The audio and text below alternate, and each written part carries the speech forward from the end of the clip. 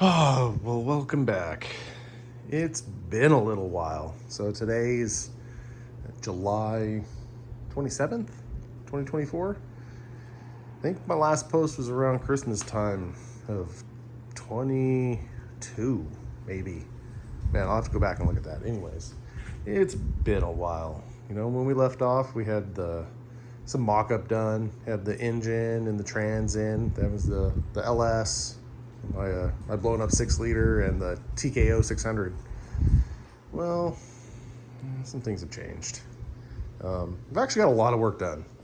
A lot of work. I'll kind of go over an overview. But, from here, you kind of see a little something different. So,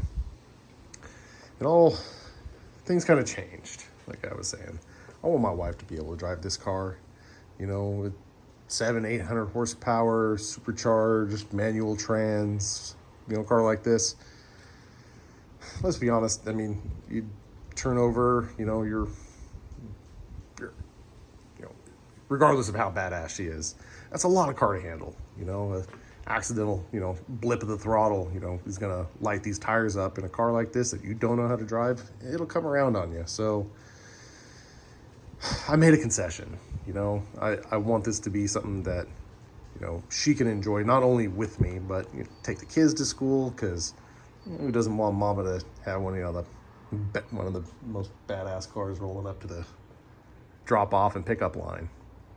I do. I think it's cool. The kids do too.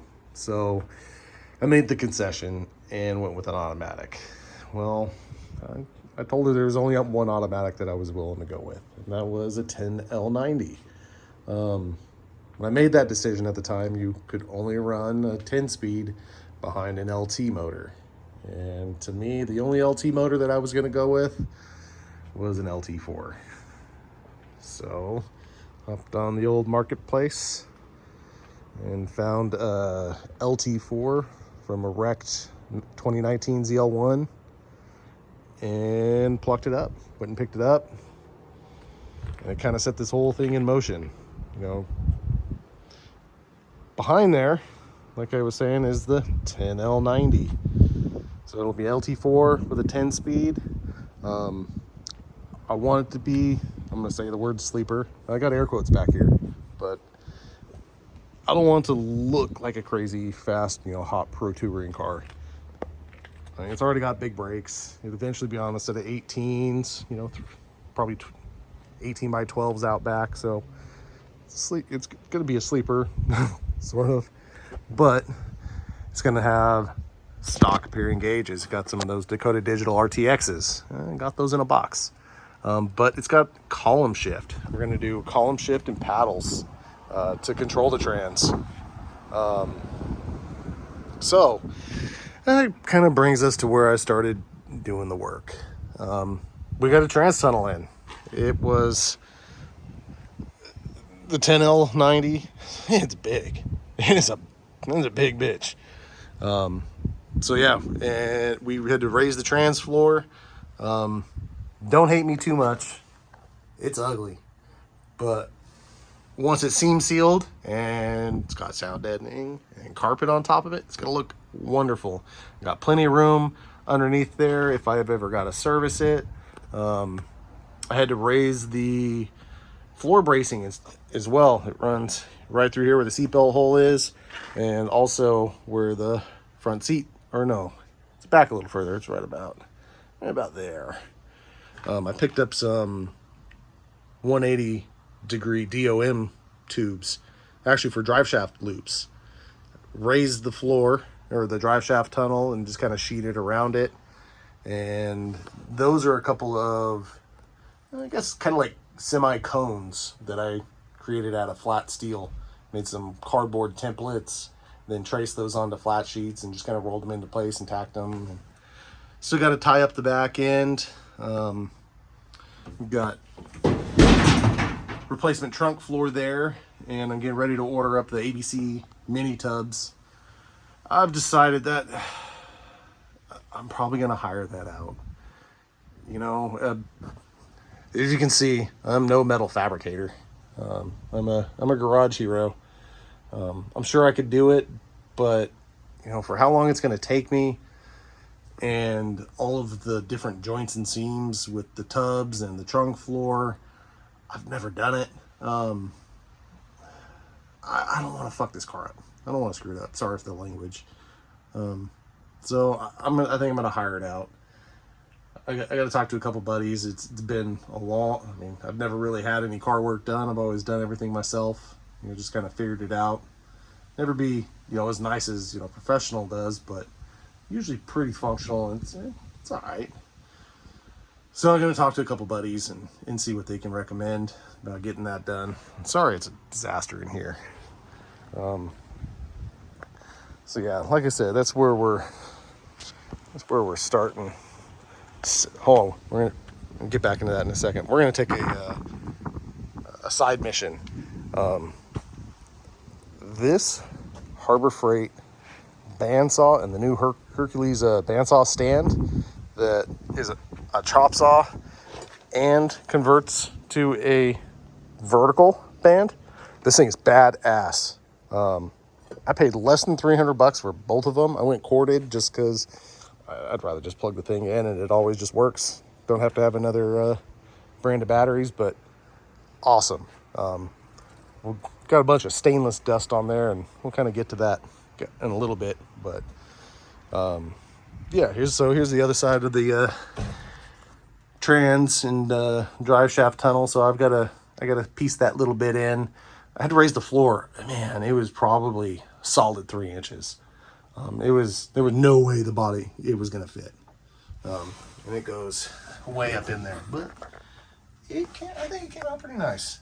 All in all, you know, it's pretty concentric. You know, I was gonna say concentric, but it's well proportioned. And I got about a 3/4 to an inch of clearance all the way around underneath.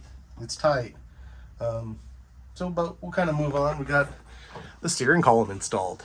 It's a I Did It column.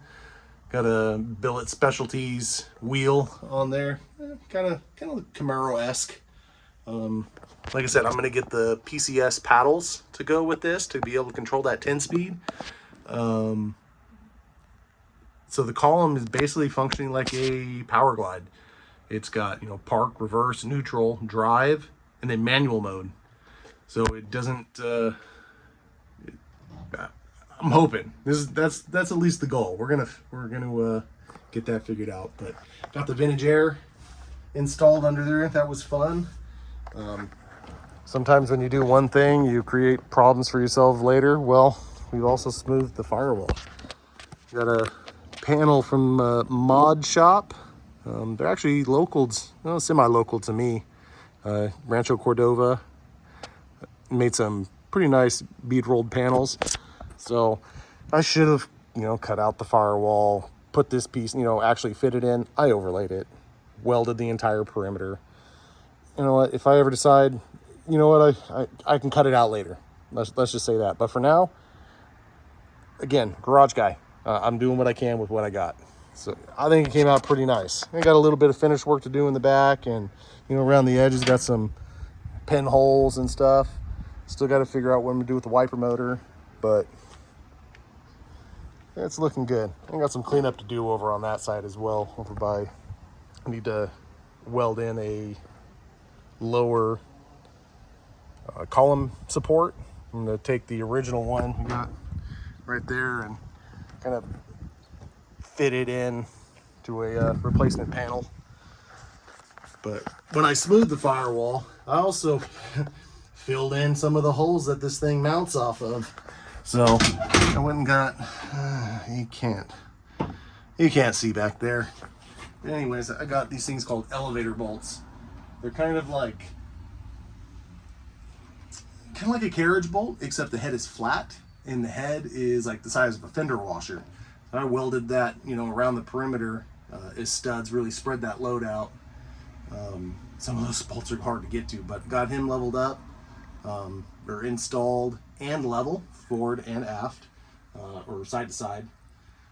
It's vintage air. This is the Gen 5 system too. It just recently came out for the 64 Chevelle. I believe they made the box. It's two separate pieces, so you can actually split the case for one. And two, I also believe that the evaporator core is larger in this new generation. So I was pretty excited when it came out right about the time I was ready to buy it. Well, let's go back under the hood, because we got some things going on up here. So we've got ultimate headers. Man, they're pretty nice. They're not perfect, you know. This is custom. I did kind of expect a little bit better out of them, with this being a,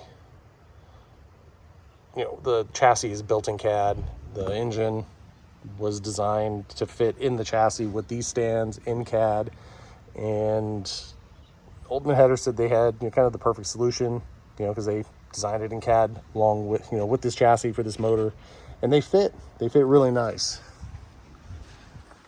Except on this side, the driver's side, you know, I had to do some pretty goofy things. I kind of feel like, to get the steering shaft to work, because I had to go down so far to get into the little indentation down there in order to meet up with the steering rack in there. And then these spark plug wires, yeah, you can't run factory wires, and I think that's a miss. I really do. And the other thing is the cylinder one tube. You can't see it. I have to get it on lift, but I'm pretty sure it's making contact with the engine mount adapter plate. Again, not a big deal. I know, I'm building a custom car. Nothing of this just goes together.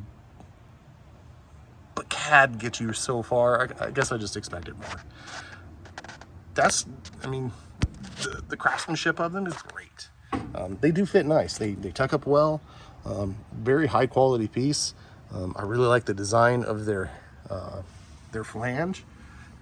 It's a patented design. You can see the ribs in there. I mean, I think just about anybody could imagine how much stiffer this is going to be over just a big, extra thick, flat piece. So you get a little bit better heat dissipation, and it kind of works like an I-beam, giving it that extra rigidity. Well, we do have the steering shaft all hooked up. We do have play in all directions, so it doesn't bind. And kind of hard to see, but we've got the transmission shifter cable and mounts all lined in. So don't hate my just temporary tack welds. That will get welded all the way around and cleaned up, and I'll make it look pretty, but for the time being they're just tacked in there. But it goes through all the gears. Just got some fine adjustment. What you can't see, and I'll probably make a video a little later, maybe splice it on the end of this one, is the cable mount that mounts to the transmission, as well as the shifter lever that I had to make as well in order to get it all together. So now we'll move on to the accessory drive. So I went with the black poly mid-mount system for the the wet sump LT4. We've got AC, comes with the water pump big casting, the water pump housing. I used the original water pump that came with the motor. An alternator down there, and it adds power steering.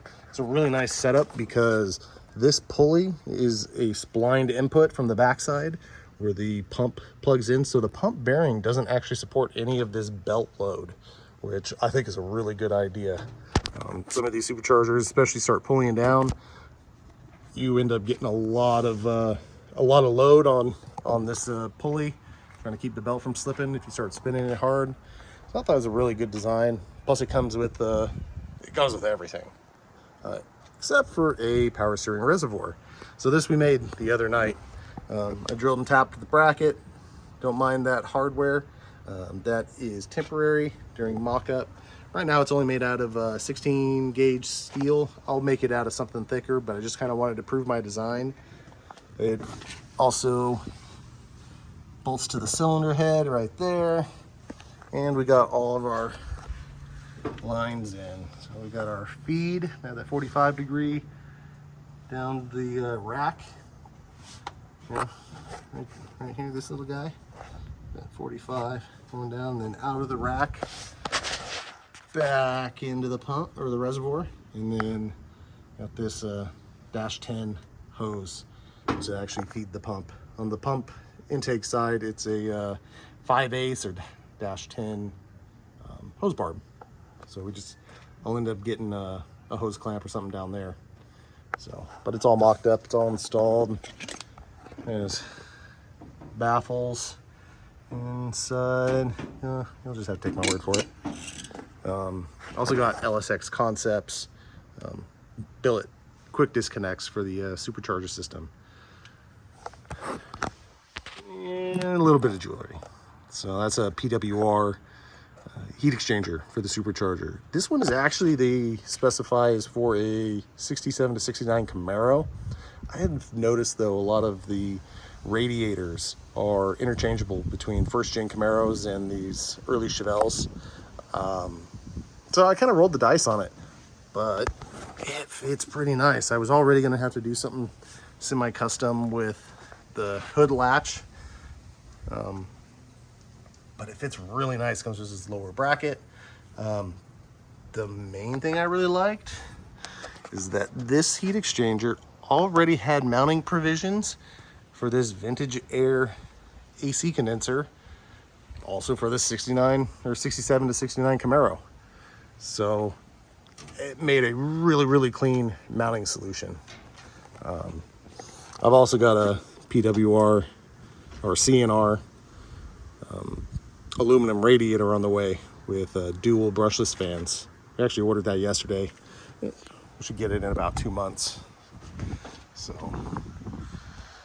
yeah, we got a lot done up here. Another thing you can't see that's underneath is we've actually got most of an exhaust system. We go all the way back up and over the axle, and eventually we're gonna exit, somewhere in here. I don't know where, but we'll exit there. We've got our stainless Rick's tank. Inside, what you can't see is the Vaporworks Super ZL1 pump. So it is a PWM fuel pump. I think they rated around 800 horsepower. So should give me a little bit more overhead on the low side for PWM than like a factory ZL1 pump. So I've got a lot of parts here. Got a couple parts on order. Things are progressing. I still need to order a engine harness and computer. All the computers. That's a little bit spendy. But honestly, that's kind of one of the last big pieces that I need. It's going to be all the nickel and diamond stuff. Refinishing. I got to blow the whole car apart. Refinish and paint the firewall, paint underneath the car. We'll get those mini tubs and trunk floor done. Get the chassis blown apart and coated. Finished welding. We got weld those holes up from when it was turboed and intercooled. Lots of detail, but we're moving along. So I'm gonna try to keep posting a little bit. Maybe when I get the radiator in, or the next kind of big milestone. Like I said, I've got some holes to fill. So a little bit more fabrication. I mean, like I said, me, not a fabricator, if you can't tell. But we'll get it done. We'll get it done. So, well, that's kind of the major overview. I mean, new doors, door handles again. We got lots of stuff. Still got some parts in the garage.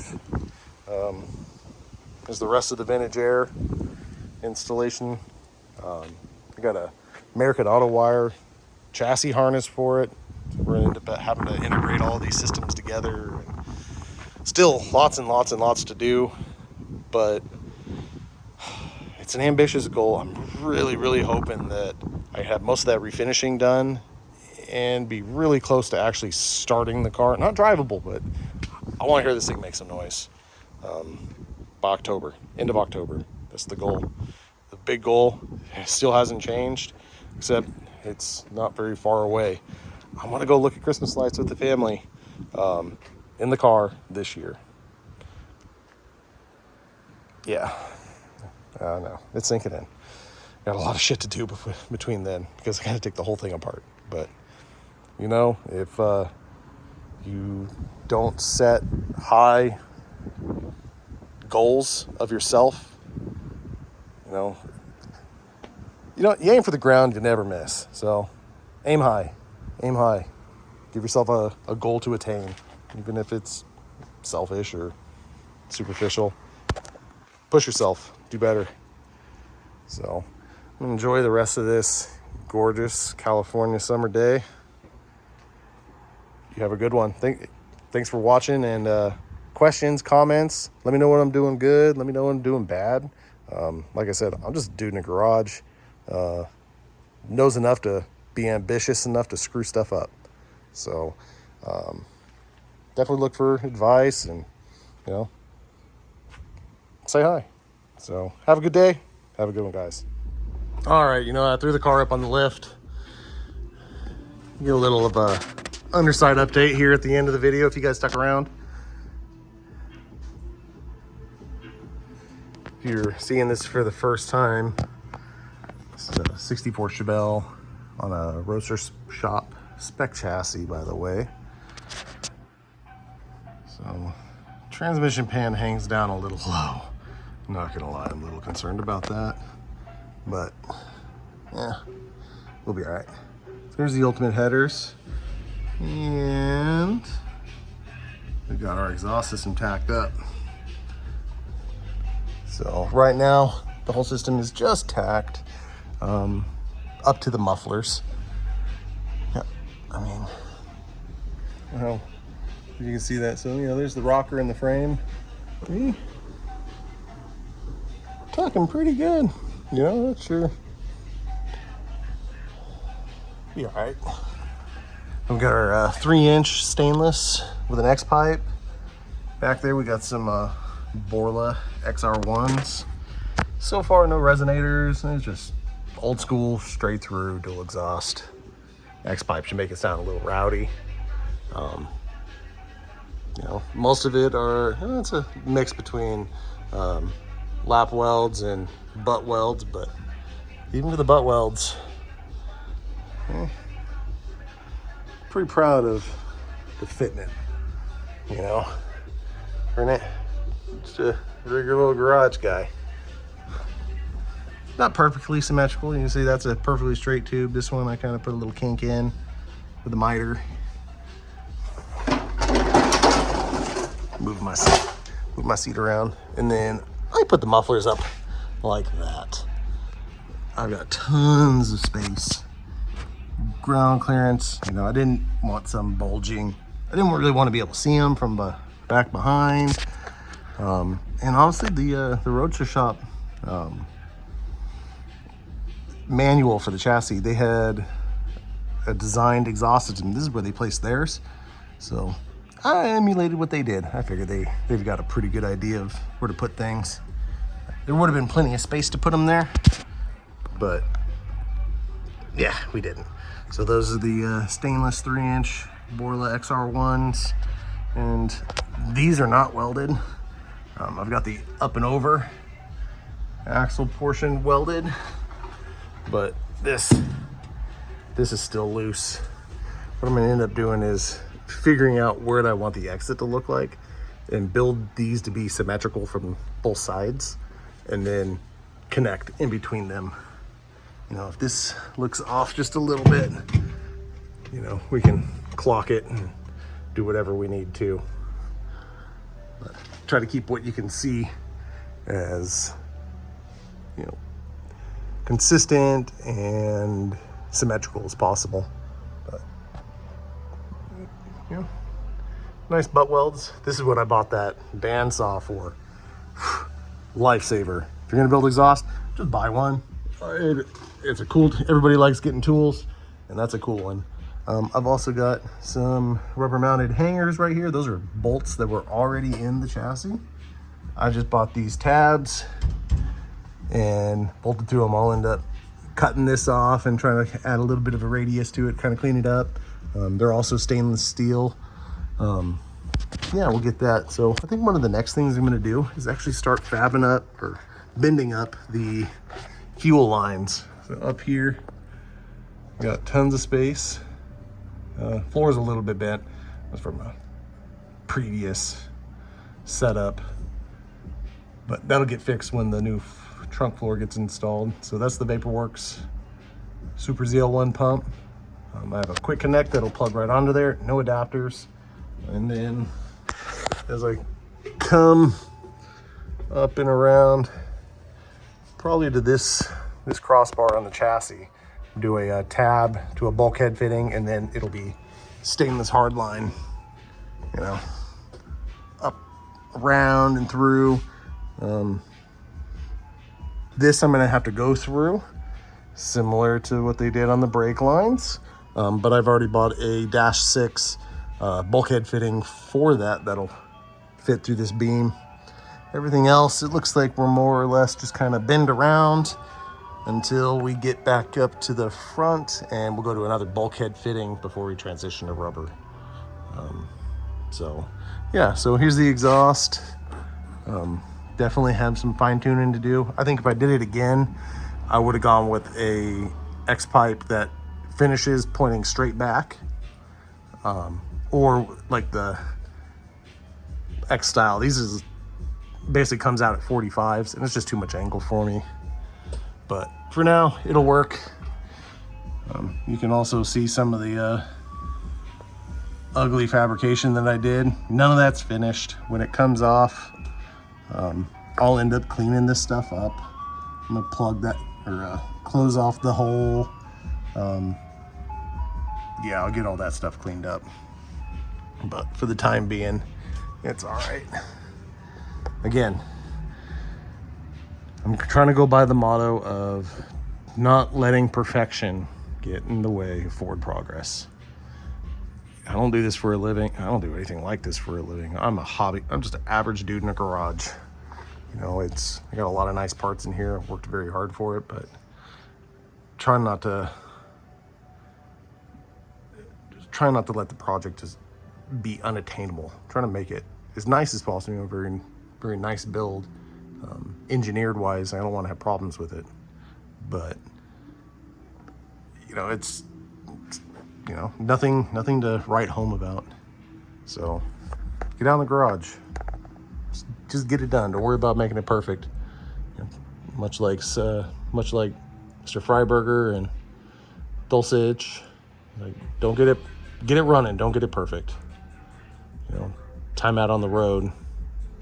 That's what these things are for. So, alrighty guys. Well, thanks for sticking around. Thanks for showing some interest. Like I said, if you got any questions, don't hesitate. Let me know. I may not be the best at responding right away just because I don't social media much, but I'll get back to you eventually. Have a good one, guys. Enjoy the weekend.